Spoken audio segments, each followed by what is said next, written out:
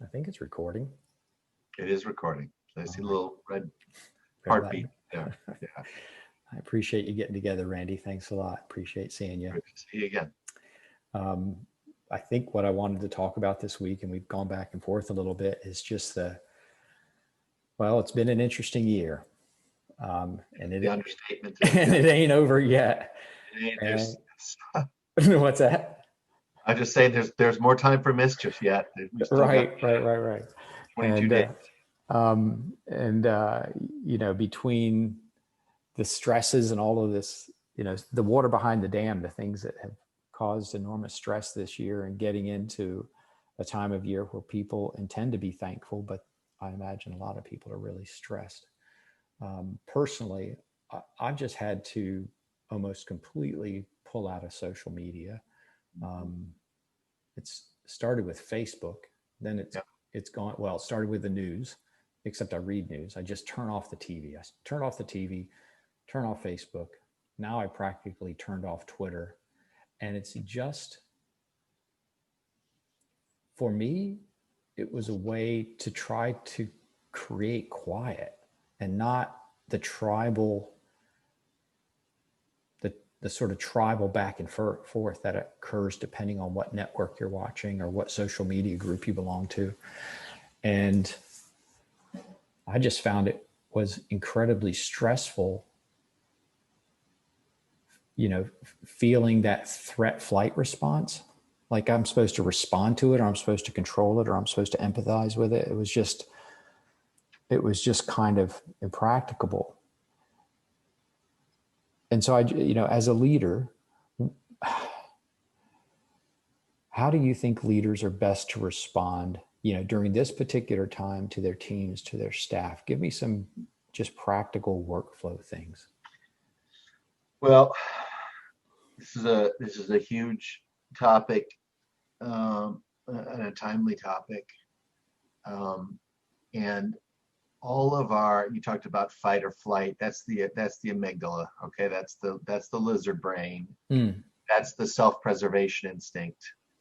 And I think that all of our amygdalas are more triggered and more easily than normal in this particular time and age. The level of anxiety across our country is, as far as I can tell, at an all-time high. The isolation that's caused by the coronavirus, the pandemic, has compounded that. We're spending more time alone or in small groups. That's additional pressure for some people, that loss of socialization. And you put that all together, and this is not news to say that we're living in a difficult age. And then you throw in there this Pandora's box of technology and social media with all of its benefits, but increasingly we're understanding what the costs are too. Oh, enormous benefits. There's no question about it. Yeah. And we live in an age that is more informed, more connected. Our kids are more up to speed on what's happening than we ever were. Our access to information is mind-boggling. But what we're starting to understand too is some things we probably suspected, but now we're seeing the confirmation of it, which is that our brains can be hijacked. Right. Yeah. I made an allusion to you. I feel like I'm in junior high again, and I don't know where you went to junior high school, but do you remember the enormous threat when you went into junior high school and you found out that somebody didn't like somebody else, and that this person was now out of the group?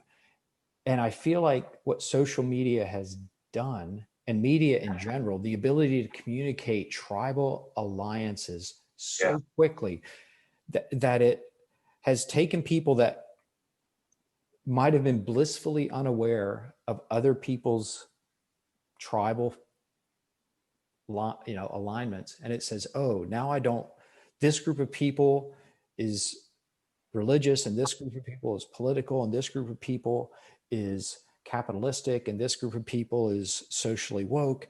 And now I feel this sense either to be aligned or to disagree with all of these groups of people in a way that I don't know that we've evolved to have this kind of constant threat, that we have to be either aligned, either it's this constant fight or flight. Yeah. So, if your phone rang and people called you out of the blue and said, Randy, this person said something that you don't like, click. And before you could even process that, somebody else called you and said, Randy, this person thinks this. Like, that would just be unimaginably annoying. Yeah. But I invite it every time I log on to Facebook, or I invite it every time I open Twitter. So I had to just stop inviting it. Well, I'm laughing just the way you use the word evolved. There's always an open question how much we've really evolved, period. I mean, you were talking about middle school. I think my middle school experience was different from yours because I was in an all-boys private, very British school in Australia. Right. Where, if you broke the rules, you went to see the headmaster and he hit you with a piece of wood. Okay, so. And you turned out okay. I managed, but that's very, in its own way, that's very tribal and Lord of the Fliesy, right? Yeah. What's different now, I think, and again, you and I both are people who love and use technology, and I'm not a Luddite, but we're increasingly coming to understand that we are living in this age where we're all living in a constant state of semi-attention. We are married to distraction, and there was a poll, and I may have mentioned this to you once before, that came out maybe it was this year, that said we're all touching our phone 2,600 times a day now. That's kind of horrifying if you think about that. And so Facebook and Twitter and WhatsApp and TikTok, they are designed to take our attention. The algorithms are built in a very intentional way so that we're increasingly losing choice. We think, you think when you get on, I'm just going to do 2 or 3 clicks for 5 minutes, and an hour later you look up and you wonder, how did that happen? Yeah. It's because they've taken your data and they've thought about you, and they just offer you one thing after another. They know what you like and don't like, so they know what's going to get your attention. Exactly, and they know where you want to go. So if you find yourself tapping and scrolling and you've lost track of time, what does that suggest? It suggests that you've been hijacked. It suggests a certain kind of addiction, and it's intentional. I mean, it's an exquisite refinement, of what Madison Avenue has always done in advertising. But they've taken it now to the level where it's portable, it's handheld, it's with you 24/7. So are we being deprived of choice because we have this addictive feed that's giving us moment to moment, eye candy and what's cat bait, clickbait, with autoplay videos and push notifications that they know are going to get us. So, and you talk about clicking on Facebook and getting drawn into these debates, whether that's healthy or unhealthy. I live in DC, and the Facebook crossfire here that's been going on, red state, blue state, independent, libertarian, the fracturing of relationships and families, and people that are feeling like they need to end relationships and defriend people. Like, talk about the middle school reaction. That's what I call it. Yeah. Defriending somebody on Facebook it seems on the surface is very much kind of a middle school thing, but people are taking this really personally. Like, both the pushing and shoving that's happening on social media is being taken very personally, and then the response that I'm going to defriend you, I'm effectively going to end our relationship. And so, there's some really unhealthy things going on. And, the fact that I read somewhere something like 80, I think the number was 87% of us are waking up and going to sleep with our smartphones. Yeah. That's the first thing and the last thing that's in our brain pan. And that's not healthy. It's absolutely not healthy. And so I don't know where the middle ground is. I don't know if the well, middle well, ground is I take my phone and I don't put it near me when I sleep, right. because the temptation is I've kind of woken up and it's midnight and I'll just quickly look and see if there's emails, and oh, there's an email, and then the brain's off and then you're alert and it's hard to go to sleep. And so I don't want to pick and choose people that I'm friends with on Facebook. And then, so I just don't go on Facebook. I just turn it off. Yeah. I don't know where the middle ground is. And particularly, I think for the stresses that must be. So if you are in middle school, the kinds of things that must be happening to young adolescents from social media that I'm not even on, like TikTok and Instagram and stuff. I'm not on that, but that's where kids start. And then to feel like, oh my gosh, someone likes me or don't like me, or they like the thing that I did, or someone didn't like the thing that I did, like how that is rewiring their brain. Because it certainly must create a dopamine response when something pleasurable. Yes. Right? But what's the inverse of a dopamine response when something happens that makes you feel threatened? Right. And so instead of our threat circle being an immediate tribe and geography, the threat circle is now the world, and it's immediate. And the speed at which untrue things can travel that you can't fight against, or true things that can travel that really don't matter in the grand scheme. It's like how to keep the team focused, how to keep the team peaceful, how to keep the team meditative, and not constantly have this hijack at the back of the head. You said it well, Phil. I mean, I think, when Zuckerberg came up with the like button, he was counting on the dopamine reaction, like that immediate reward. Yeah. Someone thinks I'm good, I'm cool, I'm wise, I'm smart, I'm funny, right? And it becomes another form of addiction. And but it's in a bubble. It's in the proverbial bubble. And I think we lose perspective. I think we lose calm. I think we lose, in some ways, and not to over dramatize it, but a sense of self. We become this communal beast. What does everyone think? What does everyone want? What does everyone expect? Yeah. And so, what is the answer? So, I mean, you started. Yeah, solve it. You started giving the answers, right? Like so much of this stuff is simple but not easy, right? You're addicted to smoking, so stop smoking. Okay, it's a simple problem. It's a simple solution in theory until it comes to actually how do you withdraw from nicotine and maybe you can't stop smoking. Maybe you have to replace it with something else. So maybe go ahead, please. Yeah, I mean maybe if the addiction, the little dopamine hit from liking or not liking or poking or whatever, tweeting, retweeting, maybe it's not that you can't do those things as much as you replace it with more meaningful dialogue. So yes, you see people, you go and meet someone and sit 6 feet apart and have a drink and a quiet chat. Yes, amen. So that's exactly where I was going. It's the diagnosis. The solution is easy to see but difficult to implement. If you ask me, a one-line answer, the one-line answer is we have to unplug. Like we have to limit our exposure to this stuff. It cannot live with us 24/7. Should not be the last thing you see before you go to bed. Even the blue light of your phone is designed to activate your brain and keep you awake.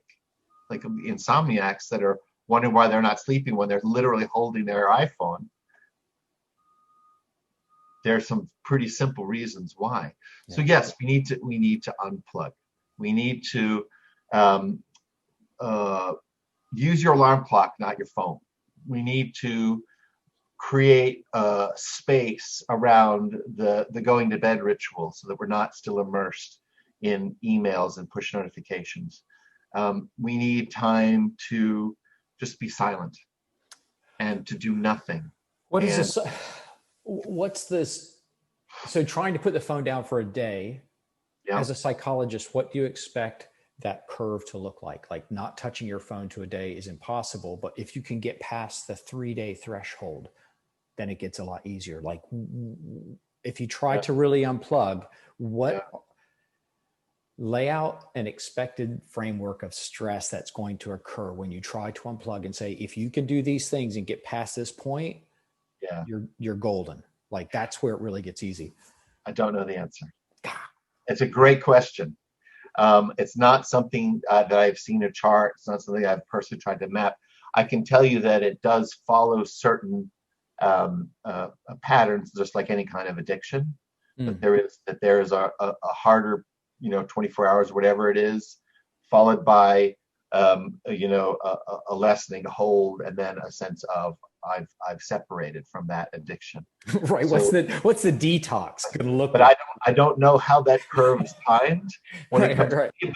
But it's just like it's almost like anything else. Like people that say, well, I'm going to do a cleanse diet for 48 hours, or I'm going to do keto for a week, or I'm going to do intermittent fasting, or all of those things are different ways of separating from stress, from sugar, from whatever. And they have measurable benefits, right? And I think, that this is where we're landing, and the listeners are going to kind of go, well, duh. But the thing is, we now have a new awareness that this stuff, these social media interactions are taking us over, that our phones are taking us over, that we're married to distraction, and that to be our best selves, to show up as our best selves, to be good leaders, to be present. Yeah. Right. We talk about that, how important being present is. You cannot be present if you're living in a constant state of semi-attention, i.e., you're waiting for the next push notification. You're waiting for the next FaceTime ping. Right. And we're finding more and more that people are listening for the interruption, not focused on where they are and where they not showing up and not being present. They're listening for something that is increasingly a national crisis, and people need to approach it with intentionality. Whether it's as simple as actually turning off of your phone, putting in airplane mode, leaving it behind and going for a walk is even better. Talking to another human being is even better than that. So, again, simple but not easy. If you were a parent with young children right now, and even as I'm speaking, my watch is vibrating on my wrist, and I'm trying not to answer it. See? Yeah. I wasn't even waiting for it. I can't communicate with this. Yeah. So you're a parent with a young child, and I see little kids with phones, man. I think just our brains are wired for flashing lights. Like, any kind of activity like that is just mesmerizing. Yeah. It doesn't even matter what the content is. If you just flash the right lights in the right order, I bet you could just keep people poking and scrolling. Would you just say, like, for kids, would you advise people not to give kids mobile devices until a certain age and a certain time frame, like just in really practical terms? What would you say? I don't think I think it's really important to just be able to look at nature and to understand the depth and the colors of things as they really occur in the real world. I would joke with the kids when they're little, you guys should go outside. The frame rate is amazing. That's a great thing to say. And so they would go, oh, and look back down at their phones. The frame rate. The frame rate's amazing. Have you seen that? Yeah. And the resolution is like, it's surreal looking, but there's something for that. And so, yeah, I don't want to wait for a law to come down. Like, you shouldn't give kids cigarettes. You shouldn't give kids sugar. You shouldn't give kids mobile devices. But yeah, and I don't want to sound like I'm about to join an Amish community. Not that there's anything wrong with that either, but maybe there is something to just kids playing with other kids, like unsupervised play where kids have to work out stresses. I'm completely with you. To me, this is, and now we're getting into personal philosophy about parenting, but to me, it starts with giving your kids, putting something in there first, okay? Values, limits, boundaries, ethics, even some rules. You know, when my kids were growing up, and they were, you know, preteens, and they were asking to see R-rated movies, I said no, knowing that they were probably going to be times when they saw R-rated movies at their friend's house or sleepovers or whatever. Right. They But couldn't enjoy them though, because they know that but, you were.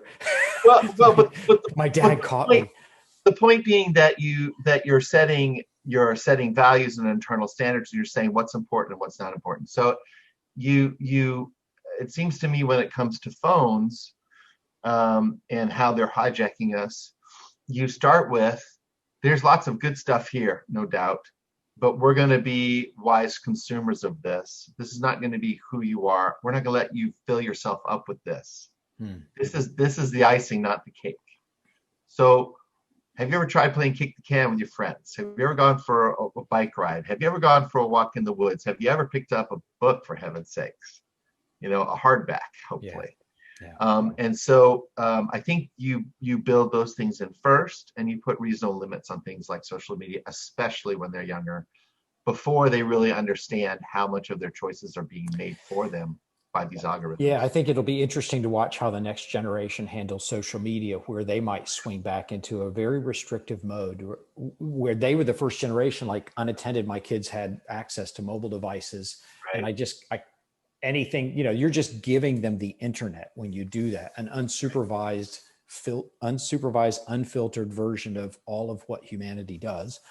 Right. I could see where that generation goes, oh, no, my kids aren't having phones until they're, you know, in middle school. And where You're did starting to see this from the senior leaders in tech are talking about it. It's just, you know, the top guys in football are starting to say no tackle football for my kid until they're 12, 13, 14 years old. Yeah, let their brains develop a bit. Yeah, it's all of a kind, right? There are things that are good to feed our young people and things that are not. And so, but at the end of the day, you know, take responsibility for what you're consuming. Think about how you're showing up. If you're feeling like you're distracted all the time, you probably are. If you're distracted all the time, you're probably not giving your best to yourself, to your loved ones, to your team, to your professional relationships. So, you know, you do a lot worse than contemplating, how am I showing up? How present am I? And how distracted am I? And what am I getting from these distractions? And if it's not serving you, make some changes. All right, buddy. I know we've kind of woven a different path, but yeah, I don't want to unplug from relationships. I just have to find a method or means to unplug from all of the pith, right? All of the stuff that, you know, when you think you're going to bite into a nice apple and it's just mush and you're so disappointed. I get on social media and there's people that I love that are saying angry things that hurt or annoy me or make me think, wow, I wouldn't want you to say that to me personally, but there it is. Yeah. And just trying to figure out what's a better way forward. And I think what you talked about in terms of being present and not waiting for the distraction to occur is a pretty good start. I'll have to turn it off for a while and see how long it takes. Like, is it 24, 48 hours? After 3 days, it's like, oh, it feels like you're connected to something else again. And you don't want to go back to the way it was. Yeah. And no, I really appreciate it. So here's to 2020 and let's see if we can get to 2021. All right. Buddy. We can do better. Thanks, Randy. I really appreciate it. Cheers. Bye.